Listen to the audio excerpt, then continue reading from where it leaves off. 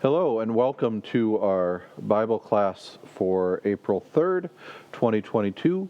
And we're looking at Witnesses to Christ, people from the life of Jesus, and today we're looking at Barabbas. As you may have heard if you watched or were at the midweek service yesterday that talked about Barabbas. This was the introduction. Barabbas was a heartless, brutal criminal with anger in his heart and blood on his hands. Custom dictated that Pontius Pilate should release one prisoner at the feast of the Passover. Pilate knows Jesus is innocent and tries to get the crowd to ask for Jesus' release, but the crowd calls instead for Barabbas. The crowd condemns the innocent Jesus and demands that a guilty Barabbas receive a pardon. We are Barabbas. We are guilty and sinful and deserving of death, but we are also Barabbas in that Jesus takes our place, takes our punishment, and sets us free. All right, and so to set up the context, and as we talk about Barabbas, first, why are there rebels or insurrectionists or robbers around? Well, again, we talked about this some last week with Pontius Pilate. But remember, after the Israelites had come back from the Babylonian exile, they were okay for a little bit, and then Alexander the Great came through and conquered all this area. And then after Alexander the Great died, the control of Israel is split between the Ptolemies in Egypt and the Seleucids out of Iraq, Persia. Again, they're all former generals of Alexander. But the catch is, of course, these groups are not Jewish, not Israelite, and one of Alexander the Great's big things was to Hellenize the world, to make everything part of Greek culture. And from the Greek word Elena, which is the Greek word for Greek. And but it kind of reaches its culmination under the Seleucid guy, King Antiochus Epiphanes, whose nickname is God Manifest. Again, not a great way to be in front of if you're trying to keep peace with the Jews, claiming to be God. And so the Maccabees Revolt. They're a family of priests who rebel after King Antiochus Epiphanes desecrates the temple and sacks Jerusalem. And the timeline of the Maccabean Revolt goes something like this. So it begins as a guerrilla war, and they actually fight on the Sabbath.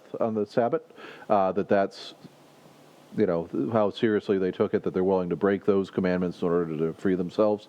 Some of them are killed, the Maccabees are killed in battle, and they are able to retake the temple, rededicate it, clear out all the idols and pagan stuff out of it, and then get independence for a bit, until couple generations, you got two brothers who are fighting over the high priesthood and all the political power that comes with it.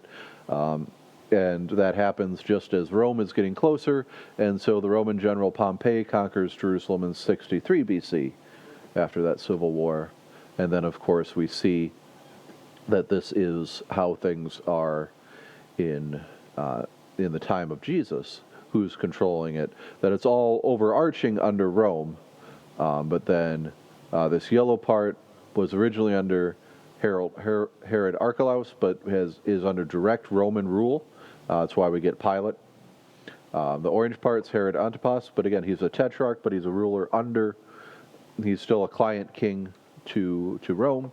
And Philip is up here, and he also is not independent. He has some independence, but is still a client subservient to Rome.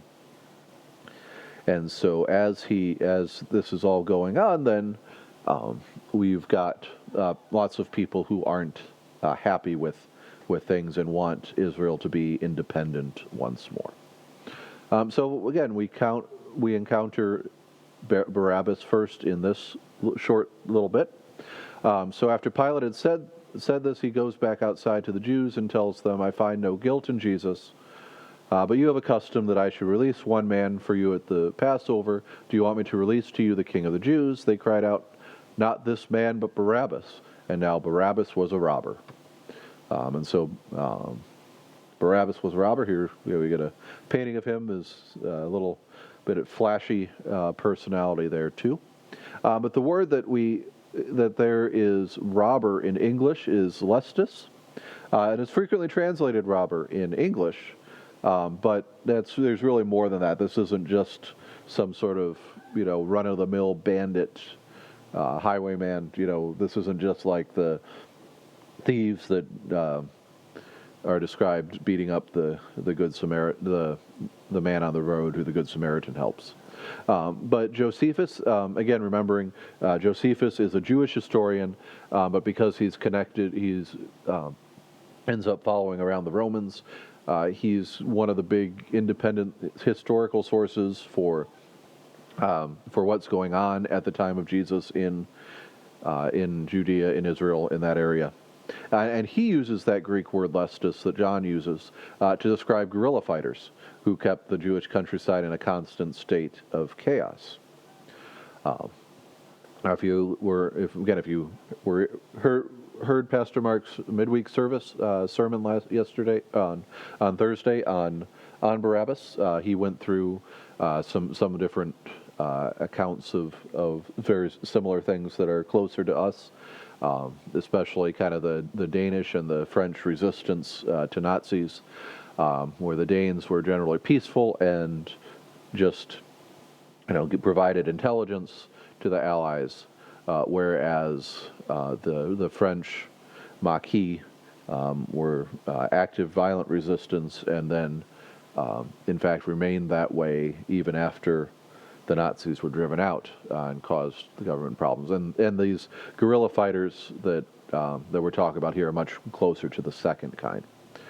And additionally, the fact that the Jewish crowd knows Barabbas, he's famous enough, Pilate's willing to trot him out as the prisoner to be released, and wanted his release, suggests that Barabbas was a well-known fighter, and perhaps he's a zealot, and perhaps he was a ringleader. In Matthew, they call Barabbas notorious, which is also a word Josephus used to describe leaders of the Zealots.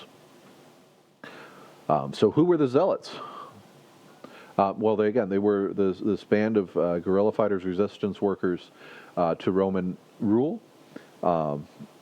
Josephus actually, in one spot, describes them as the fourth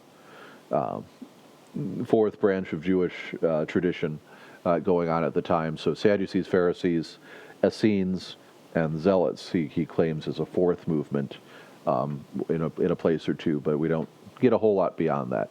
But essentially, their philosophy boils down to no rule but the law, so Torah, the rules that have been given by God, and no king but God. So yeah, according to Josephus, they agree with all other things with the Pharisaic notions, but they have an inviolable attachment to liberty and say that God is to be their only ruler and Lord. So they're like the Pharisees, but whereas the Pharisees want to be set apart, holy, not contaminated, and do that by avoiding others, and kind of leaving the status quo political wise as it is. The Zealots want to purify the land again by driving the oppressors, driving the Gentiles out. So they believed that only God had the right to rule over the promised land, thus they were willing to go to any lengths, terrorism, assassination, etc., to drive the Romans from the land. So they're not doing about this peaceful means, but instead they're violent. They'll turn to banditry, robbery, and that kind of thing. They were looking for a Messiah, but waited for an earthly ruler who would drive the Romans from their land and restore Israel to its rightful place, they thought, as ruler of the world. And so they tended to be an underground organization, though, obviously. If the Romans know you're part of a group that's trying to overthrow them, they're going to come down on you pretty hard. So they kind of left themselves underground. For the most part. We'll talk a little bit more as we go through. But, of course, the Zealots are kind of a broad group, and there's even more violent fringe groups within that. And the main splinter group there is called the Sakari.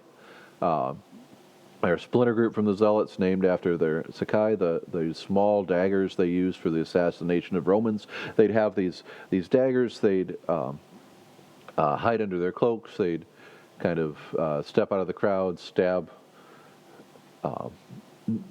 people, and then kind of get away in the confusion. And again, these little daggers were such that they either would stay in whoever they attacked, or they could drop quickly and not get caught holding a knife near a Roman. But they were much more violent than even just run-of-the-mill zealots. And so both these groups, while people again might have liked their goal to remove Roman oppression, were afraid of the violence, afraid of what the reprisals would do to them, and so this was a big challenge, big divisive issue. And then some of this also comes up with these other rebels that get described in Acts 5. So after Jesus' death and resurrection, and the Christians are starting to gain more power, and the council's meeting to figure out what to do about this, because they thought killing Jesus would fix this problem, and it hasn't. But then a Pharisee in the council named Gamaliel, a teacher of the law held in honor by all the people, stood up and gave orders to put the men outside for a little while.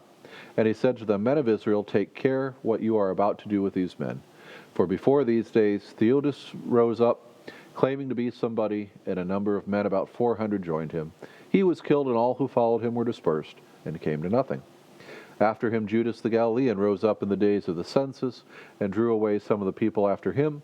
He too perished, and all who followed him were scattered. So in the present case," so talking about Jesus and the followers of Jesus, "I tell you, keep away from these men and let them alone. For if this plan or this undertaking is of man, it will fail. But if it is of God, you will not be able to overthrow them. You might even be found opposing God." And so here we get described a couple other uprisings described, and also how the religious leaders are kind of lumping Jesus and his followers in amidst this tradition. All right, so Judas of Galilee is mentioned. His uprisings, 4 BC and 6 AD, 6 CE, common era from where I grabbed that.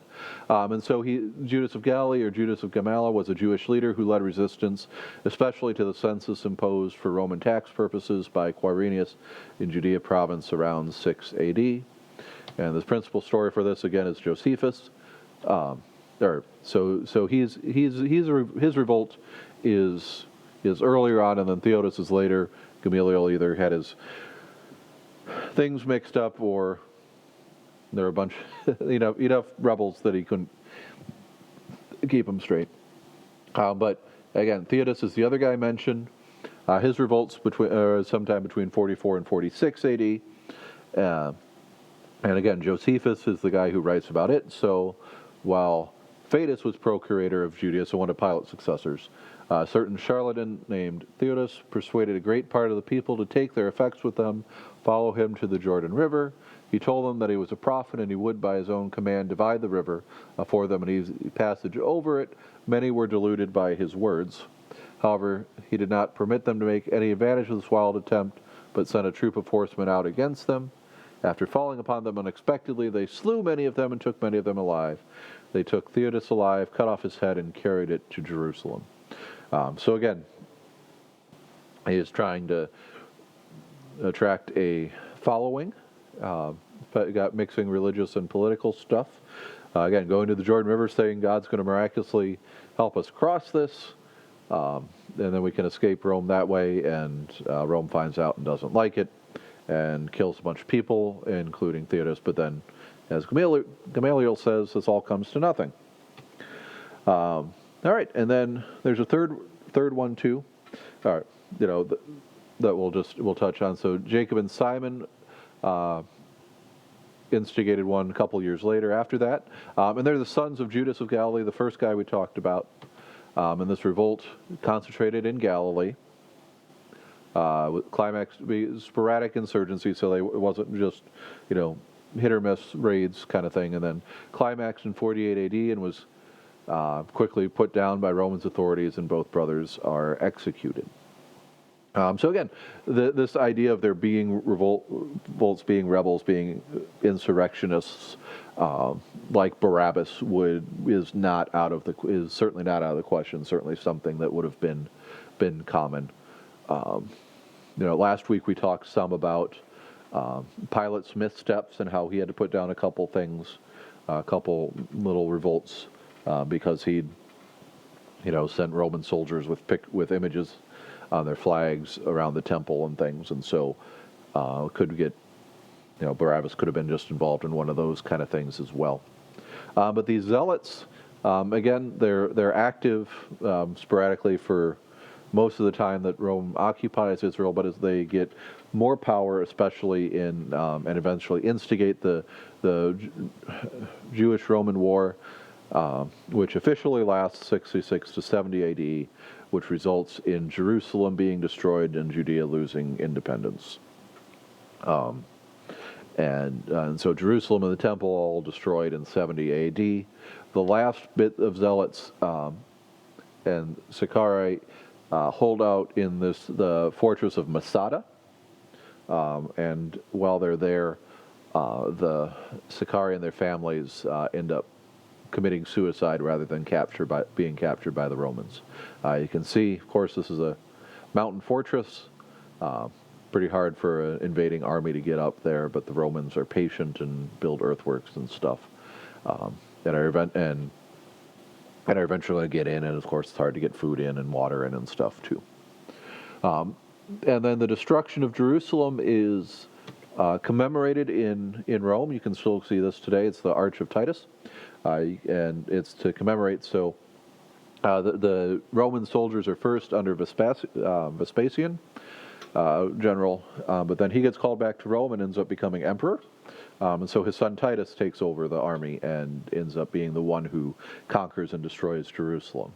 And again, you can tell they conquered Jerusalem because they're taking away the menorah, the candlesticks from the holy stuff from the temple.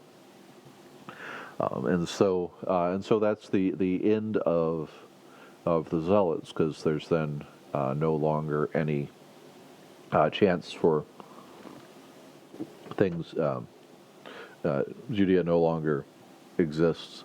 There's a couple other sporadic wars up till 130, but then the Judea doesn't exist as a nation, as a country, really until it's reestablished after World War II. Other connections. A few years ago, one of the New York Times best-selling books was this book, Zealot, The Life of Times of Jesus of Nazareth by Reza Aslan. He's an Iranian-American Muslim author, and so he claims, again, one of those people trying to look at who the historical Jesus was as opposed to who the Bible says Jesus was. And he puts both Jesus and John the Baptist in this camp. Claims that they were zealots, more political than religious, and that's why, again, Rome's not going to get involved if it's just religious, but if it's political, that's when they get involved. And so he tries to paint both John the Baptist and Jesus as zealots, is sympathetic there, and then that's part of what gets them both killed. So again, there's some interesting ideas in there, but a lot of stuff we disagree with too. All right, so again, he's a heartless, brutal criminal, anger in his heart, blood on his hands, defiant, violent, a troublemaker, and a killer. So again, the problem with some of these groups, and if that there's the resistance groups against some oppressive outside force, is that there's people that can agree that the oppressor are bad, but there's also the challenge that sometimes once the revolt succeeds, that the new oppressors are worse than the old oppressors, and that some people just are looking for an excuse to be violent and kill people, and they get swept up in all these things too. And Barabbas seems to have been potentially one of those people as well. A couple other interesting things, though. Again, we don't always know a whole lot about Barabbas, but what do we know? Well, what we can learn also from his name. So Barabbas, the name means son of the father, son of Abba. Abba can also kind of mean rabbi. You can kind of hear that out. So the irony is that Jesus, the Son of God the Father, takes the place of this Barabbas, the Son of the Father. So there's some irony there, some interesting connections there. And then some of the early manuscripts of Matthew 27 refer to him as Jesus Barabbas, which that again that Barabbas could be his last name-ish and Jesus' first name, and in our convention, and that would be a way. It kind of increases that irony, that connection there too between Jesus and Barabbas, and the connection there especially can even go back all the way to Leviticus 16. Where we read, Aaron shall offer the bull as a sin offering for himself, and shall make atonement for himself and for his house. Then he shall take the 2 goats and set them before the Lord at the entrance of the tent of meeting. Aaron shall cast lots over the 2 goats, 1 lot for the Lord and 1 lot for Aslan. That's kind of the devil. Aaron shall present the goat on which the lot fell for the Lord and use it as a sin offering, but the goat on which the lot fell for Azazel shall be presented alive before the Lord to make atonement over it, and then be sent away into the wilderness. So that's where we get that idea of the scapegoat, and that there, that was, as much as we focus on Jesus as the Lamb of God who takes away the sin of the world, and how he sacrificed even the Passover lamb. That in this Leviticus part anyway, that there's actually 2 goats. That one is the perfect one is killed, and the other one is just sent out into the wilderness. And so there's some parallels between Jesus and Barabbas that way too. That all the sins are cast onto this goat that's cast into the wilderness. All right. Then again, going back to the gospel accounts. Again, they all cry out together, "Away with this man and release to us Barabbas, a man who had been thrown into prison for an insurrection started in the city and for murder." So again, we don't know specifically which account this is. Very well could have been that account of the golden episode of the golden shields we talked about last week with Pilate. That would have been a year before the crucifixion. Could have been some other thing. And again, if he's wanted for murder, this isn't some nice, friendly, non-violent protester. All right, and then in Matthew 27, at the feast, the governor was accustomed to release for the crowd any one prisoner whom they wanted, and they had a notorious prisoner called Barabbas. So when they gathered, Pilate said to them, "Whom do you want me to release to you, Barabbas or Jesus, who is called Christ?" This is where he would be called Jesus Barabbas in some of the manuscripts. For Pilate knew that it was out of envy that they had delivered Jesus up. Beside, while he was sitting on the judgment seat, his wife sent word to him, "Have nothing to do with that righteous man, for I have suffered much because of him today in a dream." And the chief priests and the elders persuaded the crowd to ask for Barabbas and destroy Jesus. The governor again said to them, "Which of these 2 do you want me to release to you?" They said, "Barabbas." Pilate said to them, "Then what shall I do with Jesus who's called Christ?" Again, if it's Jesus Barabbas, this is why Pilate has to keep saying specifying which Jesus it is. They say, "Let him be crucified." And why? What evil has he done? But they shouted all the more, "Let him be crucified." So when Pilate saw that he was gaining nothing, but rather that a riot was beginning, he took water, washed his hands before the crowd, saying, "I am innocent of this man's blood. See it to yourselves." And all the people answered, "His blood be on us and our children." Then he released for them Barabbas, had scourged Jesus, delivered him to be crucified. All right, and to close up, a quote, again, I've mentioned this before, Frederick Buechner. I've got a copy of this book called Peculiar Treasure, A Biblical Who's Who. They're just little vignettes, little descriptions of some of the different people in the Bible. He's got an updated one with a different title. But this is what he says about Barabbas. So Pilate told the people that they could choose to spare the life of either a murderer named Barabbas or Jesus of Nazareth, and they chose Barabbas. given the same choice, Jesus, of course, would have chosen to spare Barabbas too. To understand the reason in each case would be to understand much of what the New Testament means by saying that Jesus is the Savior, and much of what it means, too, by saying that, by and large, people are in bad need of being saved.